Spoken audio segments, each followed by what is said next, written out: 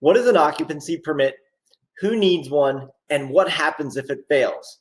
Stick around. This is Q&A Sunday. I'm Rich Dallas, Berkshire Hathaway, the Dallas-Fincham team. And on today's episode, that's exactly what we're going to talk about.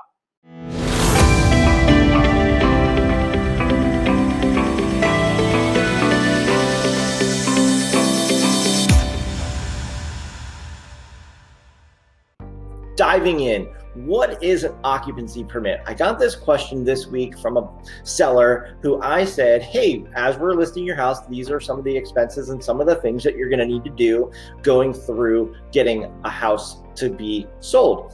And I said, you're going to need an occupancy permit. And they said, wait a minute, what's an occupancy permit? So perfect opportunity to answer it on Q&A Sunday. And so what is an occupancy permit?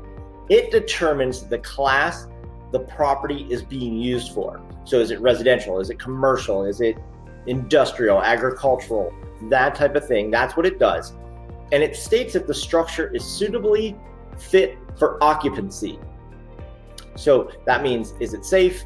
Is it being used for what it should be used for? And last but certainly not least, it makes sure that everything complies with building codes for fire, safety, electrical, those types of things. That's what an occupancy is looking for. Now, the next question of that part is, who needs one? New construction, change of ownership. So if you're going to sell, buy, the seller is responsible for doing an occupancy permit. If you change the use, so if you're trying to change the zoning from commercial to residential or residential to commercial or anything like that, that's going to also require one. And then you're also going to need one if you do a major construction or renovation project to your house. It's going to have to be a pretty big one if you're going to do something like that.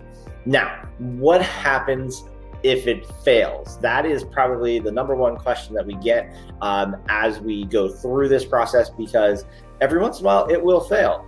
And there are certain boroughs and townships and communities in our area here in the Pittsburgh market that are much more strict than others. If you live in the city of Canonsburg, make sure you reach out to us. We have a list of what they're going to look for.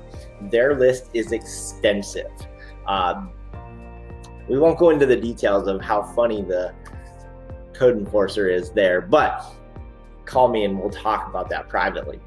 Now, if it fails, what will happen is they will give you a list of A, B, C. This is what went wrong. This is what you need to do to correct it. And then you normally have 60 days to get it corrected. Sometimes some boroughs, some townships will allow you to, as the seller, if the buyer and the seller agree, pass that on to the buyer and they will fix it after they move in. So if somebody's buying a project to renovate and flip it, that happens quite often because most likely the homeowner, it may be a bank, they're not going to go in and make any of these electrical repairs when the whole house is going to get gutted and somebody's going to come in and do the work anyway. So a lot of times, if they know that it's a renovation project, they're going to give you a little bit more leeway. But if it is a traditional house, such as our house here, we had to go through an occupancy permit, make sure that everything was up to code standards and everything like that, and we're good.